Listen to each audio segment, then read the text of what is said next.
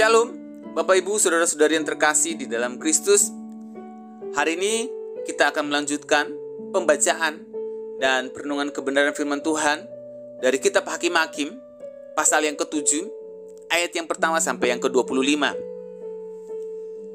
Begini bunyi firman Tuhan. Adapun Yerubbaal, itulah Gideon, bangun pagi-pagi dengan segala rakyat yang bersama-sama dengan dia. Lalu mereka berkemah dekat mata air Harod. Perkemahan orang Midian itu ada di sebelah utaranya, dekat Bukit More di lembah. Berfirmanlah Tuhan kepada Gideon, terlalu banyak rakyat yang bersama-sama dengan engkau itu, daripada yang kuhendaki untuk menyerahkan orang Midian ke dalam tangan mereka. Jangan-jangan orang Israel memegahkan diri terhadap aku sambil berkata, tanganku sendirilah yang menyelamatkan aku. Maka sekarang serukanlah kepada rakyat itu demikian, siapa yang takut dan gentar, biarlah ia pulang enyah dari pegunungan Gilead. Lalu pulanglah 22.000 orang dari rakyat itu, dan tinggallah 10.000 orang. Tetapi Tuhan berfirman kepada Gideon, masih terlalu banyak rakyat, suruhlah mereka turun minum air, maka aku akan menyaring mereka bagimu di sana. Siapa yang kufirmankan kepadamu, inilah orang yang akan pergi bersama-sama dengan engkau. Dialah yang akan pergi bersama-sama dengan engkau. Tetapi barang siapa yang kufirmankan kepadamu, inilah orang yang tidak akan pergi bersama-sama dengan engkau. Dialah yang tidak akan pergi. Lalu Gideon menyuruh rakyat itu turun minum air. Dan berfirmanlah Tuhan kepadanya, barang siapa yang menghirup air dengan lidahnya seperti anjing menjilat, haruslah kau kumpulkan tersendiri. Demikian juga semua orang yang berlutut untuk minum. Jumlah orang yang menghirup dengan membawa tangannya ke mulutnya ada 300 orang. Tapi yang lain dari rakyat itu semuanya berlutut minum air. Lalu berfirmanlah Tuhan kepada Gideon, dengan ke-300 orang yang menghirup itu akan kuselamatkan kamu. Aku akan menyerahkan orang Midian ke dalam tanganmu. Tetapi yang lain dari rakyat itu semuanya boleh pergi, masing-masing ke tempat kediamannya. Dari rakyat itu mereka mengambil bekal dan sangkakala. Demikianlah seluruh orang Israel disuruhnya pergi, masing-masing ke kemahnya. Tetapi ke-300 orang itu ditahannya. Adapun perkemahan orang Midian ada di bawahnya, di lembah. Pada malam itu berfirmanlah Tuhan kepadanya, bangunlah, turunlah menyerbu perkemahan itu, sebab telah kuserahkan itu ke dalam tanganmu. Tetapi jika engkau takut untuk turun menyerbu, turunlah bersama dengan Pura bujangmu ke perkemahan itu. Maka kau dengarlah apa yang mereka katakan. Kemudian engkau akan mendapat keberanian untuk turun menyerbu perkemahan itu. Lalu turunlah ia bersama dengan Pura bujangnya itu, sampai kepada penjagaan terdepan laskar di perkemahan itu.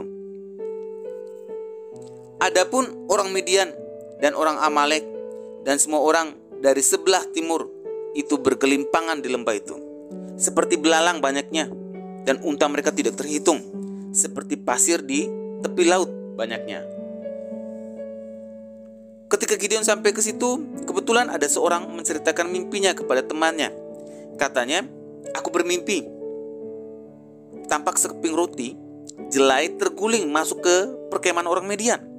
Setelah sampai ke kemah ini, dilanggarnya kemah ini, sehingga roboh dan dibongkar bangkirkannya. Demikianlah kemah ini habis runtuh. Lalu temannya menjawab, ini tidak lain dari pedang Gideon bin Yoas, orang Israel itu. Allah telah menyerahkan orang Midian dan seluruh perkemahan ini ke dalam tangannya.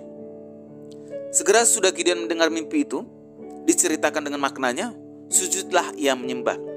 Kemudian pulanglah ia ke perkemahan orang Israel, lalu berkata, bangunlah, sebab Tuhan telah menyerahkan perkemahan orang Midian ke dalam tanganmu. Sesudah itu dibaginyalah ke 300 orang itu dalam 3 pasukan. dan ke tangan mereka semuanya diberikannya sangkakala dan buyung kosong dengan suluh di dalam buyung itu. Dan berkatalah ia kepada mereka, perhatikanlah aku dan lakukanlah seperti yang kulakukan. Maka apabila aku sampai ke ujung perkemahan itu, haruslah kamu lakukan seperti yang kulakukan.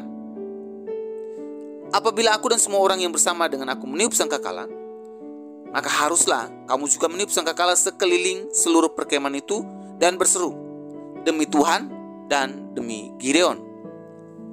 Lalu Gideon dan ke-100 orang yang bersama-sama dengan dia sampai ke ujung perkemahan itu. Pada waktu permulaan giliran jaga tengah malam, ketika penjaga-penjaga baru saja ditempatkan, lalu mereka meniup sangkakala sambil memecahkan buyung yang di tangan mereka.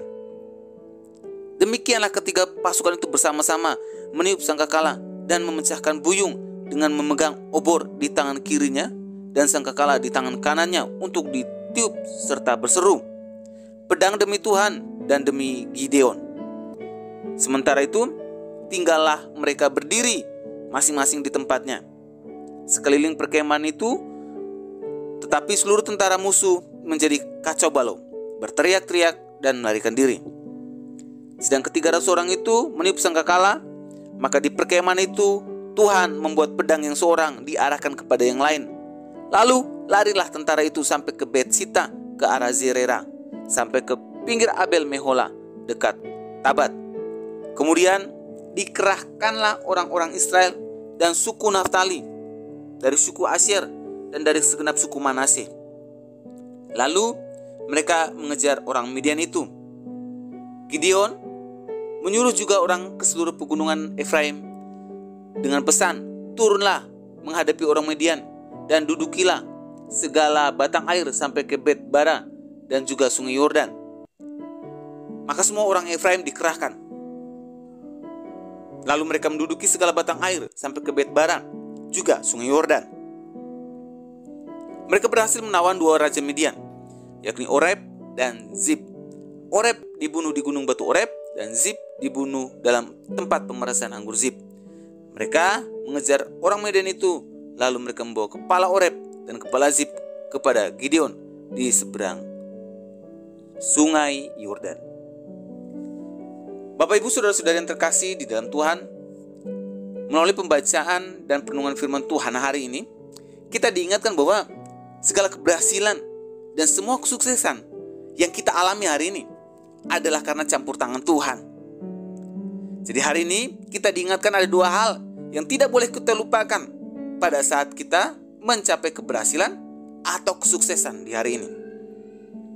Yaitu yang pertama, jangan tinggi hati dan jangan sombong. Ini merupakan sifat alami manusia yang jatuh dalam dosa.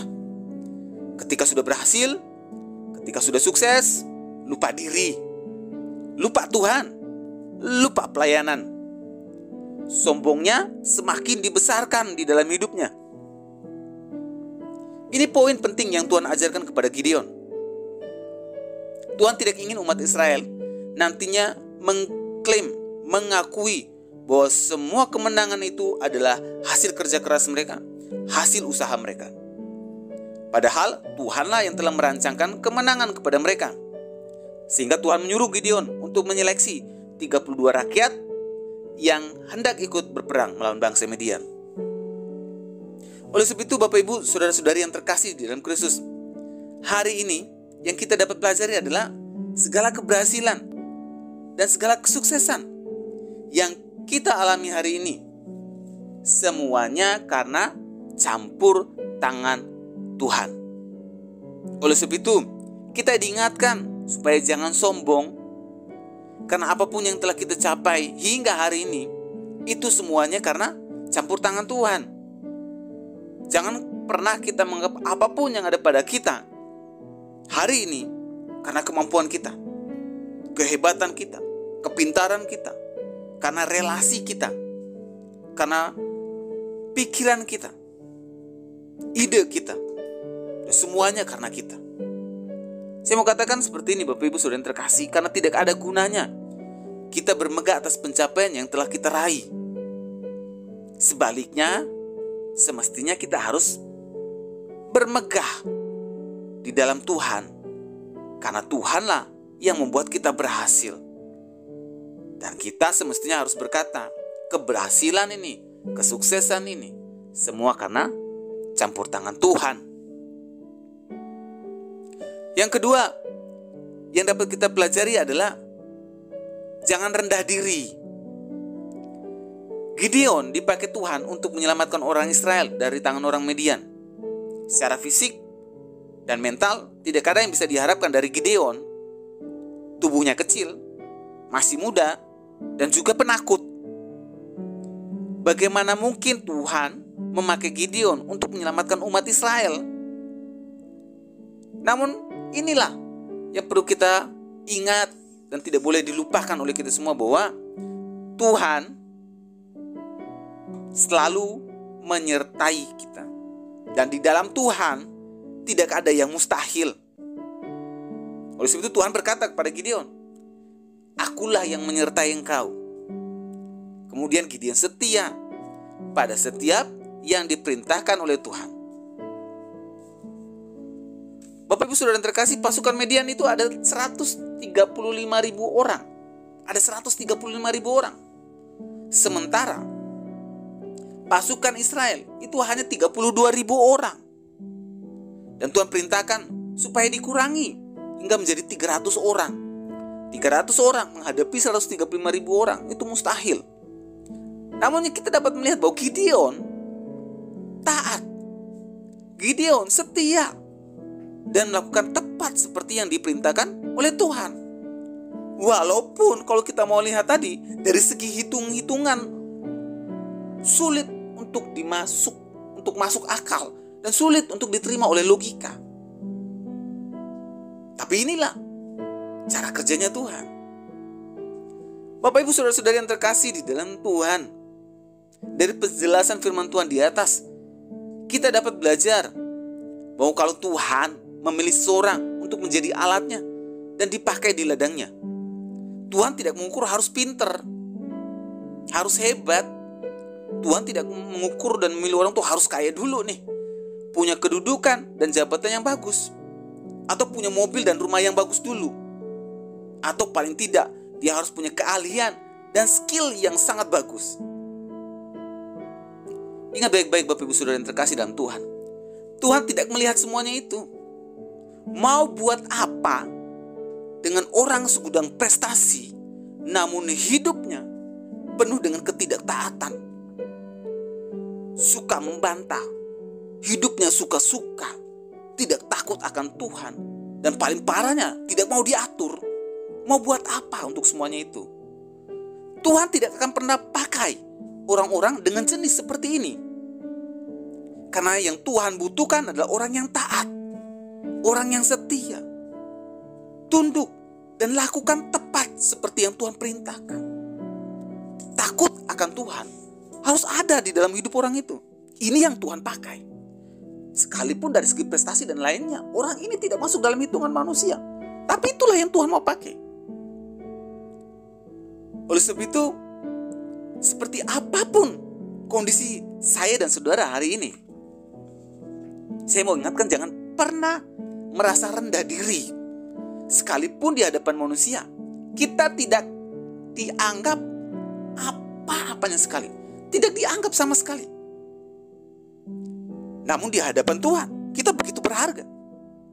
Walaupun manusia melihat rupa dan harta, namun Tuhan yang melihat sampai kedalaman hati kita. Oleh sebab itu, jangan merasa rendah diri dan tidak usah membanding-bandingkan hidup saya dan saudara dengan orang lain. Fokus saja pada panggilan Tuhan.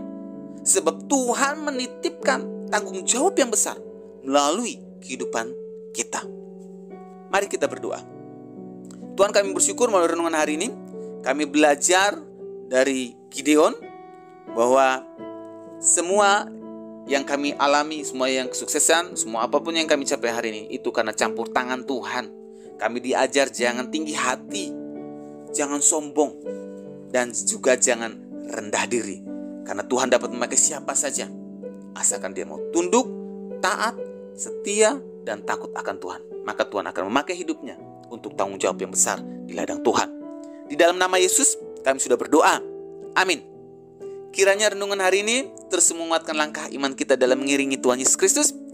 Tetap teruslah percaya, tetap teruslah